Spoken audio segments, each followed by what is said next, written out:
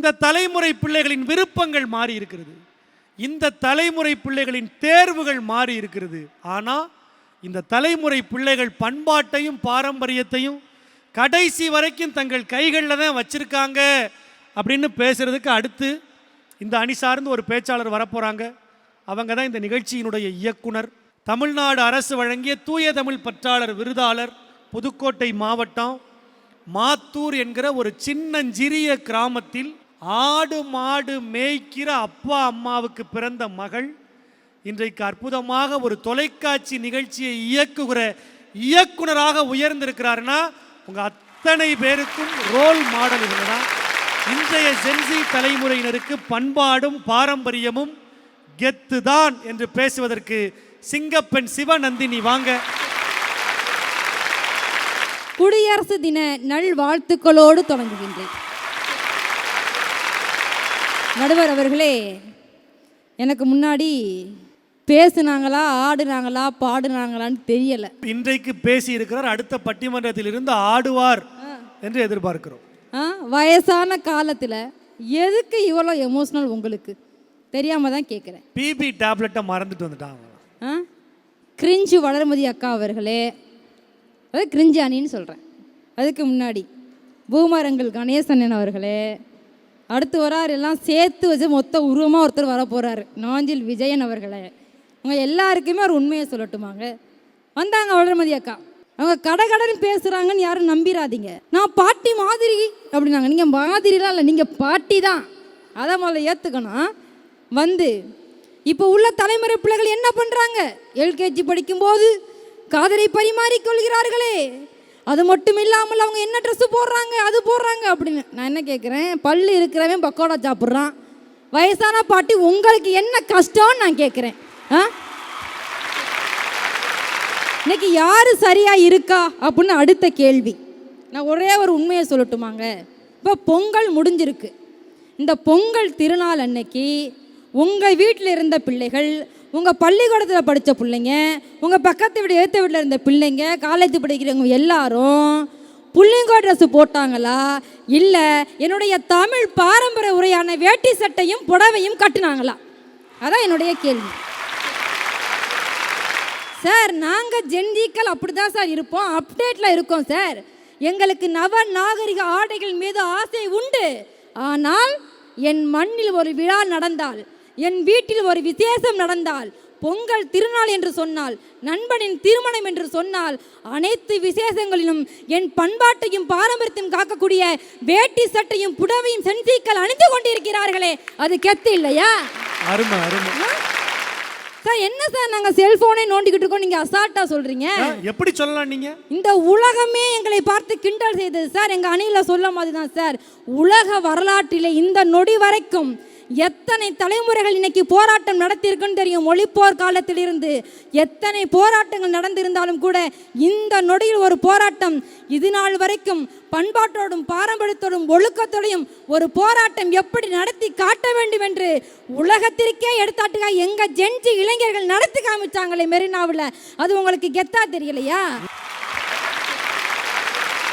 தன் தங்கைக்கு பந்தக்கால் நட வேண்டும் என்பதற்காக வெளிநாடுகளில் சொந்த காலை இழந்து வேலை பார்த்து கொண்டிருக்கிற ஜென்ஜிக்கள் எத்தனை பேர் தெரியுமா சார்? இப்போ பொங்கல் லீவு சார், 3 நாள் லீவு.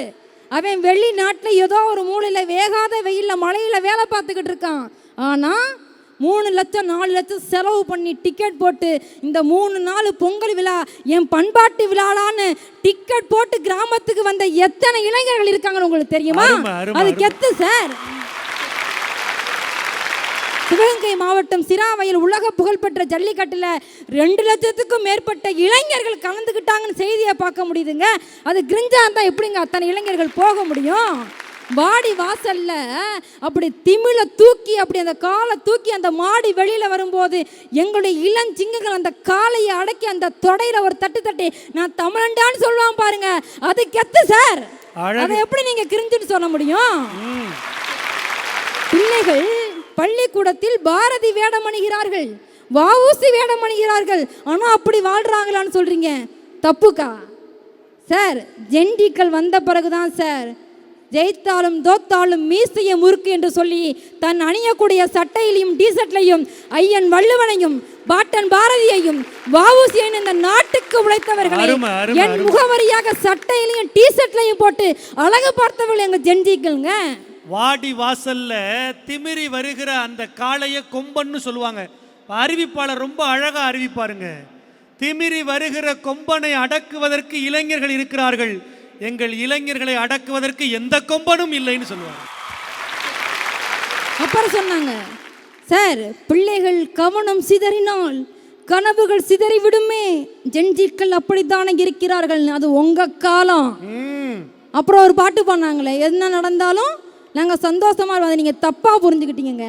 80s-லும் 70s-லும் 80s-லும் நீங்கள் சோகங்கள் எனக்கும் நெஞ்சோடு இருக்கும் என்று சோகத்தில் மூழ்கி கிடந்த போது எங்கள் ஜென்ஜிக்கள் நாங்கள் ஜெயிச்சாலும் நாங்கள் தோத்தாலும் நாங்கள் கெத்தாக இருப்போம், மாசம் இருப்போம்னு ஒரு பாசிட்டிவ் திங்கிங்கில் இருக்காங்க சார். ராமாயணத்தில் ராமன் இருந்ததை போல எங்கள் ஜென்ஜி பிள்ளைகள், டே நீ நல்லா படிக்கிறேன்னு சொன்னாலும் என் முகம் ஒரே மாதிரி தான் இருக்கும், நீ படிக்கிறன்னு சொன்னாலும் என் முகம் ஒரே மாதிரி தான் இருக்கணும், ஒரே மாதிரி தன் முகத்தை வைத்து பக்குவ நிலையில் இருக்கக்கூடிய நண்பர்கள் இளைஞர்கள் ஜென்ஜி பிள்ளைகளா இல்லை நீங்களா? நாளைக்கு நீ தாண்டா இந்த நாட்டுக்கே ராஜான்னு சொல்லும் போதும் ராமன் முகம் அப்படிதான் இருந்ததான். நாளைக்கு காலையில் நீ உன் பெட்டி படுக்கையெல்லாம் கட்டிக்கிட்டு காட்டுக்கு போகணும்னு சொல்லும் போதும் அவர் முகம் அப்படித்தான் இருந்தது. அது மாதிரி இன்றைக்கு இருக்கிற பிள்ளைகள்னு கம்பராமாயணத்தில் வருகிற ராமனோடு இந்த பிள்ளைகளை இணைத்து பேசியிருக்காங்கல்ல, ஒரு உற்சாகமான கைத்தட்டு. இப்ப ஜென்ஜிக்கள் ராமனாதாங்க வாழ்ந்துகிட்டு இருக்காங்க சார். ஜல்லிக்கட்டு மாதிரியே நம்ம தமிழ் பாரம்பரிய விளையாட்டுனா ஒன்று மாட்டு வண்டி பந்தயம்னு சொல்லுவாங்க சார். இங்கே இருக்க எத்தனை பேர் நீங்கள் பார்த்துருக்கீங்கன்னு தெரியல, நான் கண்கூடாக பார்த்துருக்கேன், நீங்களாம் பார்த்துருப்பீங்க, பார்த்துருக்கணும். அந்த மாட்டு வண்டி பந்தயத்தில் சாரதின்னு ஒருத்தர் இருப்பார். அவங்க ரொம்ப வயசானவங்களாம் எல்லா ஊரில் இருக்க மாட்டாங்க, எங்கள் ஜென்ஜிக்கள் இருப்பான். மாடு மின்னல் வேகத்தில் ஓடுற ஓட்டில் காலில் செருப்பு இல்லாமல் ஷூ இல்லாமல் அந்த ஓட்டம் ஓடி மாட்டுக்கு ஈடு கொடுத்து அந்த மாட்டை வழிநடத்தி ஓடுவான் தெரியுமா எங்கள் ஜென்ஜி இளைஞர்கள். அதை மறந்து விடாதீங்க. அந்த இளைஞனை கூட்டிக் கொண்ட ஒலிம்பிக்கில் விட்டால் மொத்த தங்கம் இந்தியாவுக்கு தான். அதை மறக்க முடியுமா உங்களால்? நம்ம ஒரு பாட்டு போட்டால் எல்லாருக்கும் உடனே ஆடணும்னு தோணும்ல, அது என்ன ஆட்டம் அப்படின்னு கேட்டால் எல்லாரும் தப்பாட்டம்னு சொல்லுவாங்க. உங்கள் தலைமுறை என் தமிழ் இசையை, தமிழ் பறையை, வீரத்தின் அடையாளமாக இருந்த பறையை தப்பாட்டம் என்று பேசிக்கொண்டிருந்தது.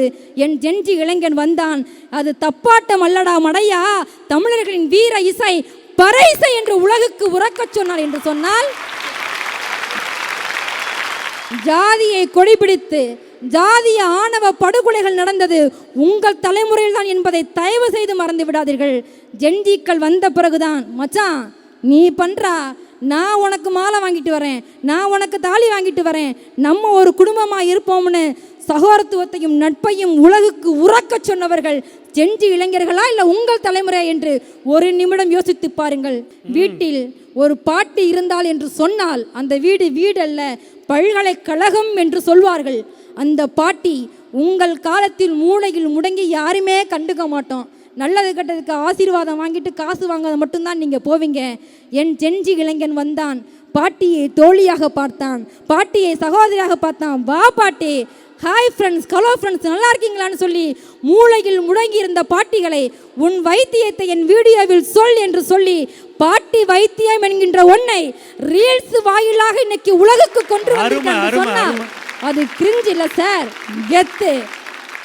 எங்கள் பிள்ளைங்க தலை அப்படி வெட்டுவான், ட்ரெஸ்ஸு அப்படி போடுவான், அப்படி இப்படி தான் இருப்பான். ப்ராசஸிங் வேண்டுமானால் உங்களுக்கு பிடிக்காமல் இருக்கலாம், எங்கள் ரத்தம் தமிழனின் ரத்தம், ராஜராஜ சோழனின் ரத்தம், முப்பாட்டன் பாரதியையும் வாபிசையும் பார்த்த ரத்தம். ஒரு நாளும் தமிழ் பண்பாட்டையும் பாரம்பரியத்தையும் அவர்கள் தடமாறி போக மாட்டார்கள், பாதை மாறி போக மாட்டார்கள். ஜென்ஜிக்கள் தான் அப்டேட் வெர்ஷனில் உங்களுக்கெல்லாம் பிடிக்கிற மாதிரி அடுத்து எத்தனை மொழிகள் வந்தாலும் என் தமிழ் மொழியை அவன் சுவாரஸ்யமாக ஏற்றுக்கொள்வதற்கு ஏற்றமாக மீம்ஸ் வாயிலாக, ரீல்ஸ் வாயிலாக, யூடியூப் வாயிலாக, சமூக வலைதளங்களில் என் பண்பாட்டை கொண்டு செல்கின்றான் என்று பார்க்கும் பொழுது ஒரு நாளும் கிரிஞ்சி அல்ல, அதை சொல்லிக் கொடுக்கிற உங்களை போன்றோர் தான் கிரிஞ்சி என்பதை உங்கள் மனதில் வைத்துக்கொண்டு தமிழ் பண்பாடும் பாரம்பரியமும் ஜென்ஜி தலைமுறையினருக்கு ஒரு நாளும் கிரிஞ்சாக இருக்காது. கெத்து கெத்து கெத்து என்று விடைபெறுகின்றேன். நன்றி, வணக்கம். ஒரு உற்சாகமான கைத்தட்டு சிங்கப்பெண் சிவநந்தினி அவர்களுக்கு. ரொம்ப அழகா அந்த அணி சார்ந்து வாதங்களை தொகுத்து ரொம்ப நேர்மறையாக பேசியிருக்கிறாங்க. இன்றைக்கு இருக்கிற பிள்ளைகள் பாசிட்டிவாக இருக்காங்க. கொரோனாவுக்கு பிறகு நமக்கு பாசிட்டிவ்ங்கிற வார்த்தையை கேட்டாலே பயமாக இருந்துச்சு. அதையெல்லாம் இன்னைக்கு மறக்கடிச்சு இந்த பிள்ளைகள் பாசிட்டிவாக இருக்காங்கன்னா அதுக்கு இந்த பிள்ளைகள் எல்லாவற்றையும் சமமாக பார்க்கிறது தான் காரணம்னு சொன்னாங்கல்ல, ரொம்ப அழகாக சொன்னாங்க. இன்னைக்கு இருக்கிற பிள்ளைகள் அவ்வளவு நட்போடு இருக்கிறாங்க.